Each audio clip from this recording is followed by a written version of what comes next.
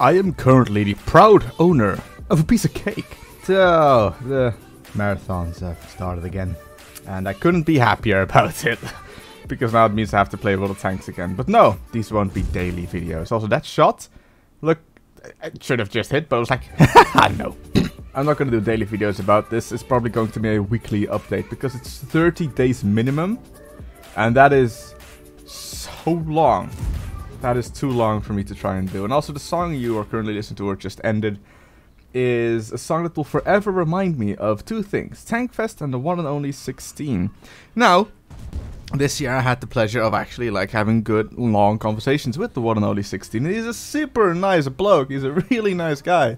And I would be happy to have him as a friend in real life. If you don't know who he is the guy that makes the World of LOL videos. If I remember, I'll put a link in the description. And the reason I get reminded of him listening to that song is because he used that song for his Tankfest vlog from 2017. So, there you go, that's the thing. Anyway, of course, I'm just back from Tankfest. That was last week. It's almost like it's a week ago that I left to go to Tankfest. That is so weird. So yeah, this video will be a short video about pretty much this mission and why I cannot do it the way Wargaming wants me to do it. And a bit of Tankfest here and there. But the Tankfest video will hopefully come out next week. It's a lot of footage to go through, and I still have to actually find the music that I want to use, so that's a bit of a struggle. Someone commented on the trailer video saying that, come on, you're teasing us, that's not funny, show us the whole thing. Well, the thing is, Rebirth Gangster, I first have to edit it. And that's the whole point of a trailer, to tease you about it, like to show what's up and coming. I can't edit such a big vlog in literally 3 hours. So first all about this mission. It is a 50-day mission in total. Every day has a different mission. And you need to do at least 30 to get the T-34 shield. And if you do all 50, you get a camo, which looks like a camo we already have anyway. But there's two ways of doing this mission. One, doing it with your own tanks, which will take a bit longer, or doing it with the tanks that were featured in the Battle of Kursk, apparently. Some include the Tiger 1, the Panther, the Ferdinand, the Nasser, the Marder 38T, a couple of Stuks, the Hummel, Grill, Panzer 4H, whatever. And for the Soviets, the T-67, the M3 Light, the KV-1S, the Churchill 3, the T-34 Ace, Su-85, Su-152, and the T-34 Shielded. Of all of those tanks, I only have the Churchill 3. And to play the Churchill 3 every single day for about 30 to 50 days? Yeah, no, I'd rather probably have a hot sauce and needle enema than do this for almost 2 months every single day. So that won't happen, but a weekly update instead. So I think here, let me just take the shots from the FE. If he kills me, he kills me. This game is probably won anyway. And with that, my game kind of ends because the 263 ran. No thanks, Wargaming. No thanks. Also, I'm not gonna play the football mode either.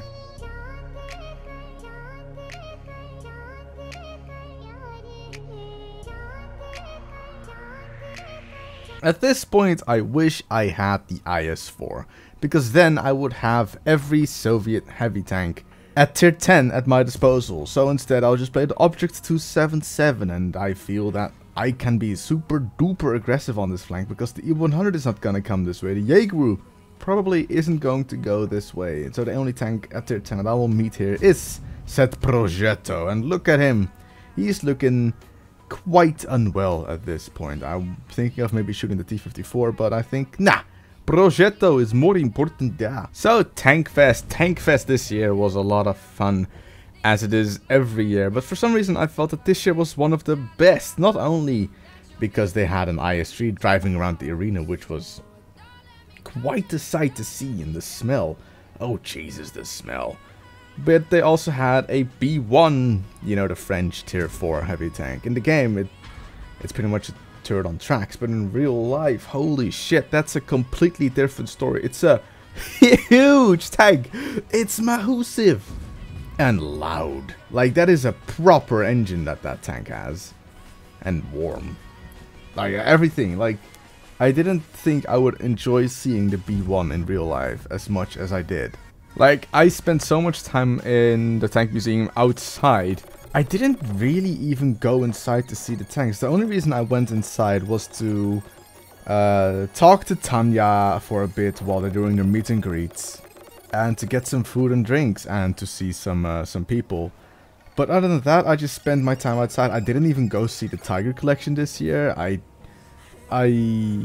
didn't really walk through the rest of the museum because at that point I had seen it all. Like the yak panther that's standing there, the Persian when you come in, the tortoise. Of course, I've seen the tortoise. I just didn't really bother with that. Probably again next year because like I'm pretty damn sure like I'll go next year as well. Even though I keep saying that I won't.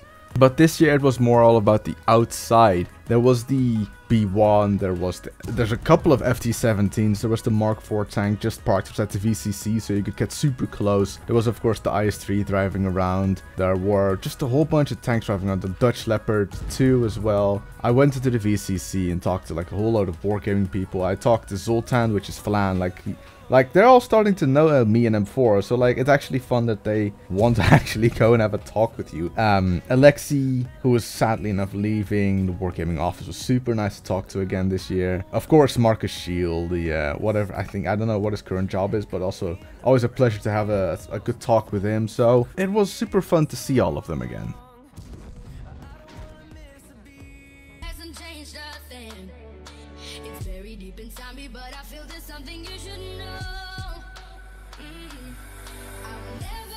And, oh, this is a fun part. I can try and shoot the people crossing, or I can go for the spot. And I spot just about 11 tanks, so that's pretty cool. Yeah, on the Saturday, it was, of course, my birthday. And that meant that, like, don't do this, kids. Drinking is bad for you. But I started drinking beer at, like, 12 in the afternoon. And I didn't stop until, like, 1 or 2 at night. When I was just like, yep, I'm properly destroyed now. So I'm gonna go to bed. And it was warm. I was like drinking constantly, like solid pints of beer, just slamming them down. So that was a different experience. And the day afterwards, it was Rita's birthday, so I wished her a happy birthday as well. Next year, if I go, which I probably will, it will be my birthday on the Sunday. So that's the thing. Like I spending more birthdays nowadays at Tankfest than at home.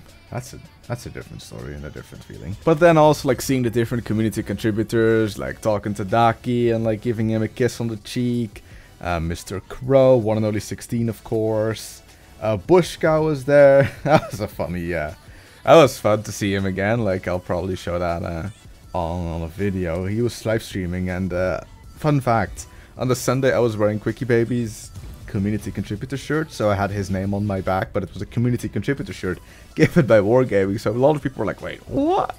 Wait, what? So that was fun. Yeah, like seeing Rita again was super nice. I didn't even get to see Jingles because Jingles was just literally just super elusive this Tankfest because everyone wants to go see him, so he cannot walk around anymore.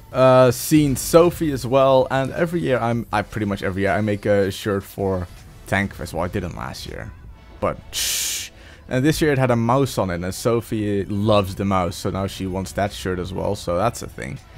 Yeah, like, it's just so fun and nice, and like going to Tankfest and like seeing the community there at work, and like the people at Wargaming and the community contributors really just makes me want to like stay in touch with this game and stuff like that. Like as shit as the game sometimes might be, the people involved with it from every side are so nice and such a pleasure to talk to.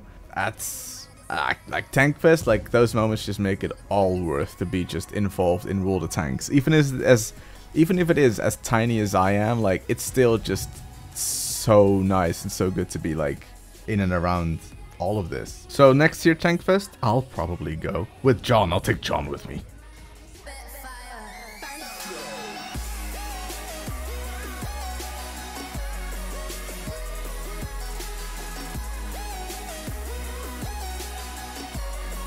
Oh, damn, I didn't even really talk about what today's mission was. So there's a north and south route. The south route is where you use the tanks that were set by Wargaming that you can use for the mission that were in the Battle of Kursk. Like, for example, the Tiger, the Panther, the T-70, and such tanks. And for that mission, you have to be 3 times in the top 10 of experience earned in your game.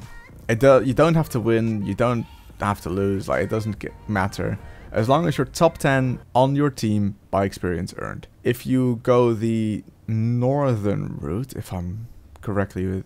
Man, I can't even remember Anyway, if you take the other route and don't use the tanks that Wargaming said are in the Battle of Kursk, you have to be top 10 of experience 5 times. So, yeah, seeing as the Bat Chat was not in the Battle of Kursk, I'm doing the one where I have to be 5 times top 10 of experience. And I'm gonna have to take that way of doing the missions every time, because I don't have any of the tanks. Unless it's a super easy mission, and I'll just make it easier by playing the Churchill 3 for a couple of games, but at that point I just kind of don't really care anymore. Like, I'm not even sure if I'm gonna get the T-34 shielded, because, like, today I felt pretty good playing World of Tanks for the first time in ages. Like, usually I get really annoyed by either RNG or, like, other stupid shit happening, but today I felt just kind of good, and I didn't even play that well, if I'm really honest, so who knows. Maybe this is my comeback into World of Tanks. Maybe this is it. Maybe it's just Tankfest that I needed. And yeah, I've been on a prolonged break from World of Tanks, so sometimes you kind of just do need that. Seeing as the V4 has been nerfed, not a lot of people are playing it anymore. But I still don't quite understand what is up with the meta. Like, you see so many tank destroyers nowadays. What's up with us seeing all those tank destroyers? Oh, and matchmaking is still that thing where it's like super stupid if you're playing Terrain. So, like, I can live with artillery if they would like slightly change the matchmaking. So yeah, it's still annoying. Oh man, that's such a good story I'll tell in the next game from the community contributor days.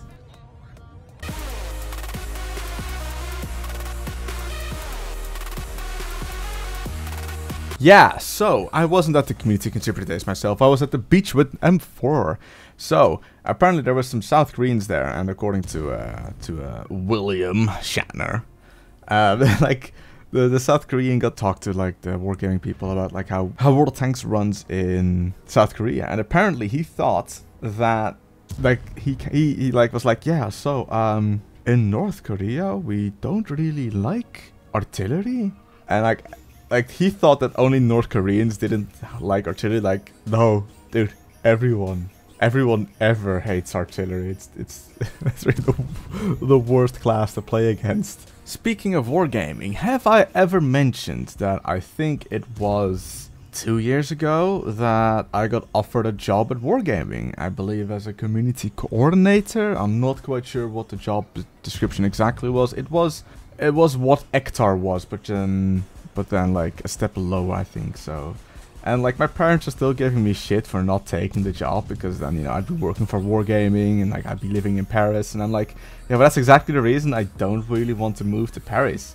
Like, the French are nice and all, but I heard that Paris was like just a shit stain to live in and work in. So yeah, I'm still getting shit for that. That's fun. Like, I could have been working at Wargaming, but instead I was like, nah, it's fine. I'll stay at home, thanks. And to anyone living in Paris, like, I don't know. So, like, if you live in Paris and work in Paris and you think it's okay, then tell me, because, like, this is just what I've heard. So, my apologies if I've offended you. If I have not offended you, then Paris is a shit state to work and live in, just to rub it in some more. And to finalize this video, M4 gave QB and me and Tanya, of course, a sausage, a proper German sausage. Now, the problem is, I have carry-on luggage, like in the airplane, so I have to have this big fat German sausage in my carry-on luggage. Now, going through security, the woman checking the luggage with the X-ray machine was like, wait, what does this man have in his luggage? So she was like giggling and like pulling people like towards her, like, hey, do you know what this is? Because I cannot figure it out. Now at this point I knew it was already my luggage and what was in it. And they looked at me and laughed. I was back laughing, and she was like, do you have a vegetable in there? My reaction was, no, a big German sausage. Now those people laughed so hard, like they didn't even have to extra check my luggage. I just got it back.